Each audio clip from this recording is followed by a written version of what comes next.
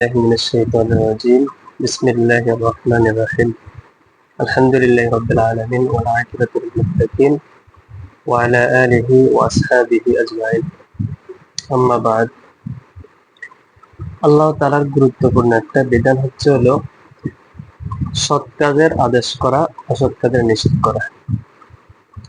এখন এই সৎ কাজের আদেশ এবং অসৎ কাজের নিষেধ কে করবে?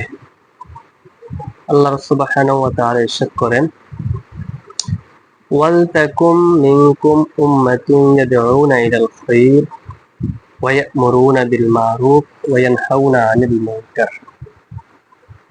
রব্বুল আলামিন ইরশাদ করেন, ওয়ালতাকুম মিনকুম উম্মাহ, তোমাদের মধ্যে এমন একটা দল থাকা, এমন একটা জাতি থাকা উচিত, ইয়াদউনা ইলাল খায়র, যারা মানুষদেরকে সৎ কাজের দিকে সৎ কাজের দিকে ডাকবে।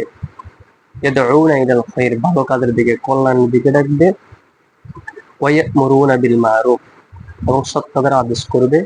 ওয়া ইয়ানহাউনা আনিল মুনকার, অসৎ কাজ থেকে মানুষদেরকে নিষেধ করবে। এখন এই সৎ কাজের আদেশ এবং অসৎ কাজের নিষেধ কে ব্যক্তি করবে?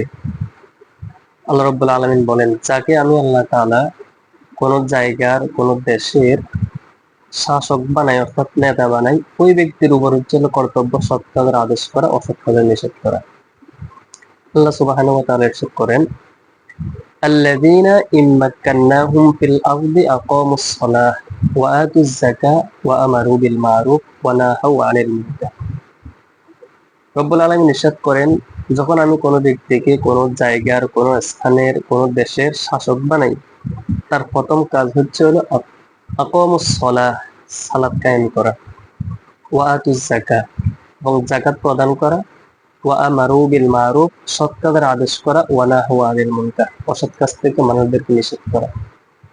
এখন এই নেতা যখন কোনো জায়গার নেতৃত্ব দান করবে, তখন ওই ব্যক্তির কাজ হচ্ছিল সৎ কাজের আদেশ করা। কারণ সৎ কাজের আদেশ সকল ব্যক্তি দেওয়ার ক্ষমতা রাখে না। কারণ যে কোনো ব্যক্তি যখন কোনো মানুষকে সৎ কাজের আদেশ করবে, এটা শ্রোতারা শুনতে পারে, নাও শুনতে পারে। কিন্তু যখন কোনো নেতা সৎ কাজের আদেশ করবে, ওই নেতার আদেশটা তার কর্মীরা, তার অধীনস্থ যারা রয়েছেন, তারা মানতে বাধ্য। কারণ ওই ব্যক্তির নিকট পাওয়ার রয়েছে, ক্ষমতা রয়েছে, শক্তি রয়েছে। যদি তার আদেশ অমান্য করে, তাকে শাস্তি দেওয়ার তার কাছে পাওয়ার রয়েছে। এই জন্য আল্লাহ তাআলা বলেছেন, যখন কোনো ব্যক্তি নেতা হবে, তার প্রথম কাজ হচ্ছে সালাত কায়েম করা। 2 নম্বর কাজ কি? যাকাত প্রদান করা। 3 নম্বরে সৎ কাজের আদেশ করা, অসৎ কাজের নিষেধ করা। এখন আমরা নেতা নির্বাচনের ক্ষেত্রে এই নেতার গুণগুলো দেখতে হবে। যখন আমরা নির্বাচন আসলে নেতাকে, একজন ব্যক্তিকে নেতা বানাবো, ওই নেতার এই বৈশিষ্ট্যগুলো আছে কিনা।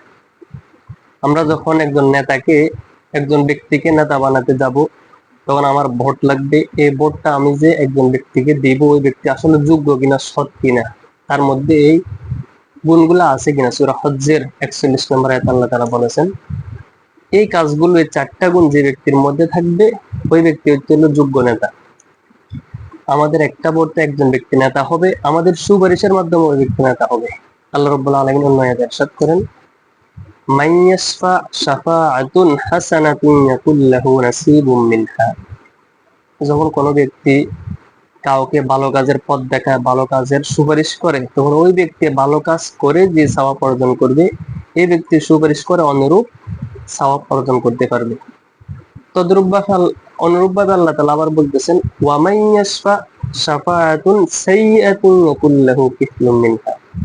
যখন কোনো ব্যক্তি কোনো মানুষকে খারাপ কাজের পথ দেখাবে, খারাপ কাজের সুপারিশ করবে, ওই ব্যক্তি খারাপ কাজ করে যে গুনাহ অর্জন করবে, অনুরূপভাবে এই ব্যক্তির সুপারিশ করার কারণেও, সাপোর্ট করার কারণেও ওই ব্যক্তি অনুরূপ গুনাহের ভাগীদার হয়ে যাবে। এই জন্য আমাদের উচিত হলো সৎ লোককে, যোগ্য লোককে নির্বাচন করা। আর ওই যোগ্য লোক, ওই সৎ লোকের কাজ হলো নির্বাচিত হওয়ার পর ওই ব্যক্তির 4টা কাজ: সৎ কাজ, নামাজ কায়েম করা, যাকাত প্রদান করা, সৎ কাজের আদেশ করা, অসৎ কাজের নিষেধ করা।